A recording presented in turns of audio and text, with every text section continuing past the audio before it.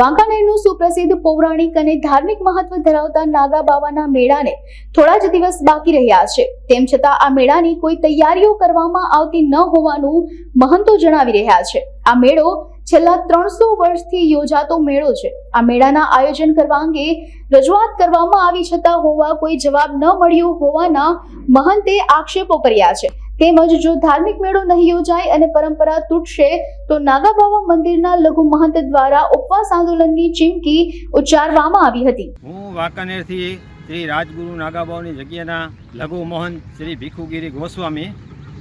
આ નાગા બાવાનો જગ્યાનો મેળો 300 વર્ષથી ભરાય છે અને ધાર્મિક છે મેળો, હિન્દુ મુસ્લિમનો એકતાનો મેળો છે।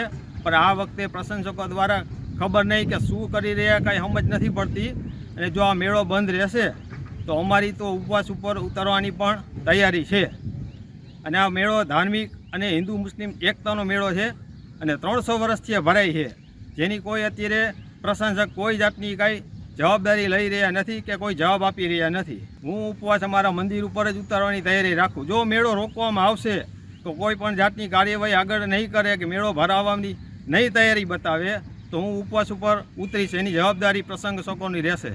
આ વર્ષોથી અમે નાગા બાવાની જગ્યાની સેવા પૂજા કરી છે તો કદાચ એના માટે અમારે કદાચ જે કાંઈ કરવું પડે એ અમે તૈયાર થઈ કરવા। હું રાજગુરુ નાગા બાવા જગ્યાના મહંત શ્રી ખુશાલગીરી બોલું છું।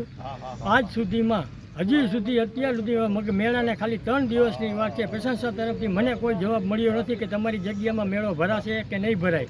હજી સુધી આ ગ્રાઉન્ડ કોઈ પણ સાફ કરવા આવ્યું નથી। મા નાગા બાવાની 300 વર્ષ જૂનું મંદિર હતું અને 300 વર્ષથી આ મેળો ભરાય છે। આ મેળાની હજી માહિતી અમને કોઈને મળેલ નથી। મારા નોમનેથી રાતે નાગા બાવાની માં આરતી થાય છે, આરતીમાં સેવકો બધા પૂછવા આવે કે હવે મેળાનું આયોજન શું છે, પણ હજી સુધીમાં મને કોઈ પ્રશંસકોએ કોઈ જવાબ આપેલ નથી કે આ મેળો ભરાવાનો છે કે નથી ભરાવાનો।